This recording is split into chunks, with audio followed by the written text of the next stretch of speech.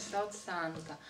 Par kursiem uzzināju it kā nejauši, radio dzirdot Lindu droši vien.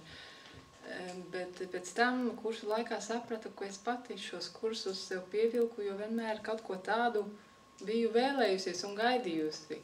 Pirms tam arī bija dažāda literatūra lasījusi ar dažādiem vingrinājumiem, un šeit kursos sapratu, ka tas ir tieši priekš manis tas, ko es biju ilgu laiku gaidījusi un gribējusi.